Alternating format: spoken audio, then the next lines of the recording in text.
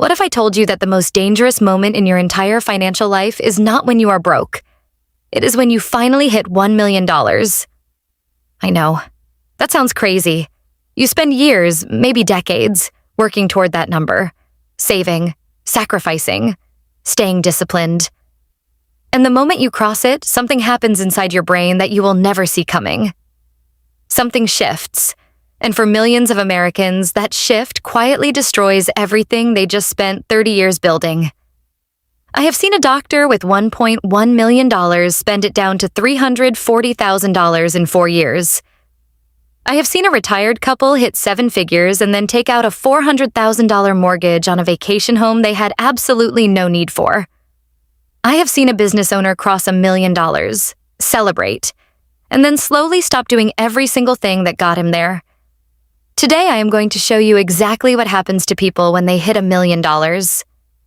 Why the brain changes, why the habits disappear, and most importantly, what you need to do right now to make sure the million you built actually stays built. Because here is the truth nobody tells you. Making $1 million is hard. Keeping it is harder. Meet Raymond. Raymond is 58 years old. He lives in Charlotte, North Carolina. He spent 26 years as a software engineer at a large financial services company. He was never flashy. He drove a Toyota Camry. He packed his lunch most days. He contributed the maximum to his 401k every year from the time he was 32. He was quiet about money, disciplined, careful. In March of 2022, Raymond logged into his retirement account on a Tuesday afternoon. He stared at the screen for a long time. The number was $1,004,317. He had done it. After 26 years of boring, consistent, unglamorous saving, he was a millionaire. Raymond called his wife, Linda. She screamed. They went out to dinner that night.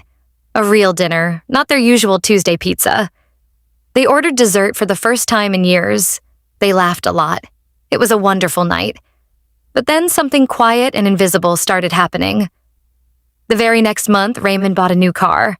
Not because his Toyota was broken. It had 87,000 miles on it and ran perfectly. He bought a BMW because he thought, I have $1 million. I have earned this. 3 months later, they booked a 2-week vacation to Italy. It was $14,000. They had never spent anywhere close to that on a vacation before. But they thought, we have $1 million. We can afford it. 6 months after that, Linda started talking about a lake house, a second home, just a small one, about $380,000. Raymond thought about it. He thought, we have $1 million. This is exactly what wealthy people do. 3 years after that Tuesday afternoon when Raymond first saw $1,004,317 on his screen, his account showed $618,000. He had not done anything illegal. He had not been scammed. He had not had a medical emergency. He had simply started living like a millionaire the moment he became one. And the million had quietly, steadily, slipped away. Raymond is not a stupid man. He is not irresponsible. He is not weak. What happened to Raymond has a name. And it happens to almost everyone who crosses the $1 million line. Behavioral economists, the scientists who study how human beings actually behave with money, have identified a very specific psychological shift that occurs when people reach a major financial milestone. Let me explain it simply. For your entire working life, your brain operates in what researchers call scarcity mode. In scarcity mode, your brain is always alert, always watching, always asking, do I have enough? Can I afford this? What if something goes wrong? Scarcity mode is actually very useful. It is the engine behind all the good financial habits. The packed lunches, the maxed 401k, the 10-year-old Toyota. Scarcity mode made Raymond a millionaire. But here is the problem. The moment Raymond saw $1,004,317 on that screen, his brain switched modes. It switched into what researchers call abundance mode. And in abundance mode, the brain does something very dangerous. It stops asking, do I have enough? And it starts asking, What can I do with all of this? Think of it like a diet. You have been eating healthy for 6 months. You have lost 20 pounds. You feel great. And then one day you step on the scale and you have hit your goal weight. What happens to most people? They celebrate. And then, just a little, they relax. One dessert becomes 2. One missed gym session becomes a week. And slowly, quietly, the weight comes back. The $1 million is the goal weight, and the lake house is the dessert. But unlike a diet, you cannot just exercise a little harder next week to get back to where you were. Time in the market cannot be replaced. Compound interest that was not compounding cannot be recovered. Withdrawals from a retirement account at 58 carry tax penalties and permanently reduce the base that your future growth depends on. The stakes are much higher than a diet. There are 4 specific ways the brain changes when it crosses $1 million, and understanding each one is the only way to protect against it. Brain change 1. The arrival fallacy. When you are working toward a big goal, a promotion, a weight target, a savings milestone, your brain tells you, when I get there, I will feel amazing. When I get there, I can relax. When I get there, everything will be different. Psychologists call this the arrival fallacy. The problem is, when you get there, the feeling lasts about 2 weeks. The science is clear. Humans adapt to positive changes very quickly. The $1 million that felt extraordinary on a Tuesday evening feels completely ordinary by the following month. So what does the brain do when the extraordinary feeling fades? It goes looking for the next hit. The BMW gives you the extraordinary feeling for a few weeks. Then it is just the car. So you book Italy. Then Italy is just a memory. So you start looking at lake houses. Each purchase is an attempt to recreate the feeling that reaching 1 million gave you, but now costs you the million itself. Brain change 2. Permission thinking. I have earned this. These 4 words have destroyed more retirement accounts than any market crash in history. The moment people cross a financial milestone, they begin granting themselves permission to spend in ways they never would have before. Raymond had earned the BMW. He had earned Italy. He had earned the lake house. And he had. He worked hard for 26 years. But earning something and affording something are not the same thing. Raymond earned $1 million, but $1 million sounds much bigger than it is in retirement. At a 4% withdrawal rate, the standard retirement spending guideline, $1 million produces $40,000 per year in income. $40,000 per year. That is about $3,333 per month. Before taxes, the BMW payment alone was $780 per month. The Italian vacation was nearly 5 months of his entire annual income from the $1 million portfolio. Permission thinking turns $1 million into a spending spree instead of a foundation. Brain change 3. The comparison upgrade. Here is a sneaky one that almost nobody notices. Before Raymond hit $1 million, he compared himself to the people around him. Colleagues, neighbors, friends. Most of them were doing about the same as him. Toyota Camry people. After he hit $1 million, his reference group changed. He started noticing the millionaires around him. What they drove, where they vacationed, what their second homes looked like. Now instead of comparing himself to Toyota Camry people, he was comparing himself to BMW people. And suddenly, he felt poor again. Even with $1 million in the bank, the BMW people made him feel like he was behind. So he upgraded. This is one of the cruelest traps of wealth. The more you accumulate, the more you are exposed to people who have accumulated more. And the comparison never ends. Research from behavioral economist Richard Easterlin showed that above a certain income level, more money does not produce more happiness. Because your comparison group always upgrades with you. You cannot win a race with no finish line. Brain change 4. The discipline erosion. This one is the slowest and the most dangerous. Every good habit Raymond had, packing his lunch, driving a sensible car, skipping the fancy vacation, staying in scarcity mode, those habits were all connected to one underlying belief. The belief was, I cannot afford to waste money. Every dollar matters. The moment he hit $1 million, that belief became untrue. He could afford to waste a little money. Every dollar no longer mattered quite as much. And so, the habit started to loosen, not dramatically, not all at once. Just a little here, a little there. The packed lunches became restaurant lunches. The modest vacation became the Italian vacation. The sensible car became the BMW. And because each individual change felt small and justified, Raymond never noticed that his savings discipline had quietly evaporated. When the brain believes there is enough, it stops protecting the enough. Let me put some real numbers on this, because I think seeing the math clearly changes everything. $1 million sounds enormous, and it is. Most Americans will never accumulate it. But let me show you exactly what $1 million actually is, in retirement terms. Using the standard 4% safe withdrawal rule, which we have talked about in an earlier video, $1 million produces $40,000 per year in retirement income. That is $3,333 per month.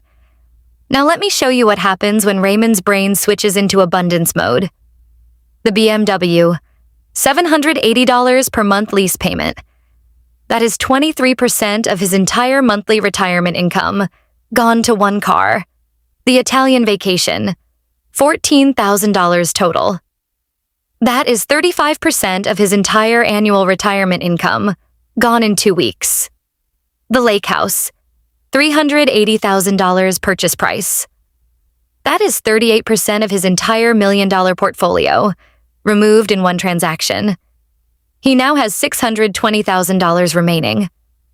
At 4% withdrawal from $620,000, he can take out $24,800 per year. That is $2,066 per month. His original $40,000 per year has become $24,800 per year, plus the BMW payment, plus the lake house maintenance, taxes, and insurance. Raymond spent his way from comfortable to constrained in under 3 years, and he did it while believing, the entire time, that he was simply living like a millionaire should live. Here is the number I want you to remember. $1 million invested properly and left alone, with no reckless spending triggered by the arrival, can grow to approximately $2.1 million in 10 years at a 7% average annual return.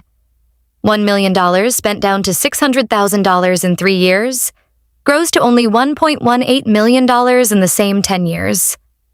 The difference between those two outcomes is nearly $1 million. Nearly $1 million lost. Not to a bad investment, not to a market crash, not to fraud. Lost to the celebration of getting there. How do you know if you are already in the $1 million trap? Or how do you know if you are approaching the milestone and need to protect yourself before you arrive? Here are 5 warning signs. Sign 1. You started upgrading right after the milestone. Did your lifestyle change significantly in the 12 months after you crossed a major financial milestone? New car, bigger vacation, home renovation, a second property. If a major spending increase followed a major savings milestone, that is the arrival fallacy at work. Sign 2. You started saying, "I have earned this," more often. Listen for that phrase in your own thoughts. I have earned this meal. I have earned this upgrade. I have earned this purchase. Every one of those sentences can be true and still be dangerous, because the issue is not whether you earned it. The issue is whether spending it now serves your long-term financial security. Sign 3. Your savings rate dropped after you hit the milestone. You do not need to look at the number in your account. Look at the percentage. What percentage of your income were you saving before you hit 1 million? What percentage are you saving now? If the number dropped significantly, your brain is in abundance mode. The discipline is eroding. Sign 4. Your comparison group changed. Are you comparing yourself to different people now? Before the milestone, you thought your neighbors were your comparison group. Now you are looking at bigger houses, newer cars, more expensive vacations as the new normal. That comparison shift is the trap's engine. It never stops running. Sign 5. You feel poor despite the number in your account. This is the most counterintuitive sign. and the most reliable. If you have crossed $1 million and you feel financially behind, if you look at your account and think, I need more before I can really feel secure, you are in the arrival fallacy. The goalpost has moved, and it will keep moving every time you reach it. Unless you make a deliberate decision to anchor it. Here is the good news. Raymond's story does not have to be your story. The trap is real. The psychology is powerful, but it is not inevitable. Here are 5 specific things you can do before you hit the milestone, or right now if you have already crossed it. Protection. 1. Decide what the million is for before you reach it. This sounds simple, but most people never do it. Before you hit your milestone, sit down and write one sentence. This money is for not running out when I am 85. This money is for my healthcare costs in my 70s. This money is for leaving something for my grandchildren. This money is for my security, so that no emergency ever breaks me again. When you define the purpose of the money before you have it, you give yourself a reason to protect it once you do. Raymond never defined the purpose. So, when the BMW salesman had a very compelling reason for the money, Raymond had no competing reason to say no. Protection. 2. Set a celebration budget. And nothing more. Crossing $1 million deserves to be celebrated. You worked hard. You were disciplined. You did something that most Americans never do. You absolutely deserve to celebrate, but celebrate with a budget. Decide in advance. When I hit 1 million, I will celebrate with X dollars. Maybe it is $2,000. Maybe it is $5,000. Put a number on it. Spend that joyfully and completely. And then, the celebration is over. Without a predetermined celebration budget, every purchase becomes part of the celebration, and the celebration never ends. Raymond's celebration lasted 3 years and cost him $386,000. Protection. 3. Keep your savings rate identical after the milestone. This is the most mechanical and most effective protection. Whatever percentage of your income you were saving before you hit 1 million, keep saving the same percentage after. Not the same dollar amount. The same percentage. If you were saving 20% before, save 20% after. Your income might be the same. Your expenses might feel different, but the savings rate stays locked. This prevents the most common form of discipline erosion. The slow drift from a high savings rate to a low one, disguised as enjoying your success. One rule: the rate does not change because the balance changed. Protection. 4. Create a 30-day rule for any purchase over $5,000. Above a certain threshold, any spending decision requires a 30-day waiting period. Write the purchase down. Date it. Set a reminder for 30 days later. On day 30, revisit the decision. Are you still as excited about it? Does it still align with what you defined your money is for? Can you clearly explain how it serves your long-term security? If yes to all 3, proceed with confidence. If the desire has faded or it does not align with your purpose or you cannot connect it to your security, you have your answer. Raymond bought the BMW without sleeping on it at all. He saw it on a Saturday. He drove it home that Tuesday. A 30-day wait would have saved him $28,080 in lease payments over 3 years, and it would have kept his comparison frame anchored in Toyotas instead of BMWs. Protection 5. Do not let the number become your identity. This is the deepest one, and the hardest. For many people, crossing $1 million becomes part of who they are. I am a millionaire. That identity, once attached, needs to be maintained. Displayed, defended. The BMW is not just a car. It is proof that you are a millionaire. The lake house is not just a property. It is evidence of your status. And when the identity needs maintenance, the money pays for it. Detach the number from your identity. The number is not who you are. The number is a tool, a resource, a source of security. You are not a millionaire. You are a person who has been careful and disciplined, and you have built a foundation that deserves to be protected. Those are two very different things. One requires display, the other requires protection. Let me finish Raymond's story. 4 years after he first crossed $1 million, with his account down to $618,000, Raymond called a fee-only financial planner. The planner did not lecture him. She did not make him feel stupid. She just showed him the math we talked about today.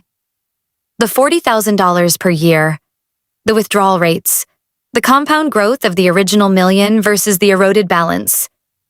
Raymond sat with those numbers for a long time. Then he asked, "Is it too late?" The planner said something important.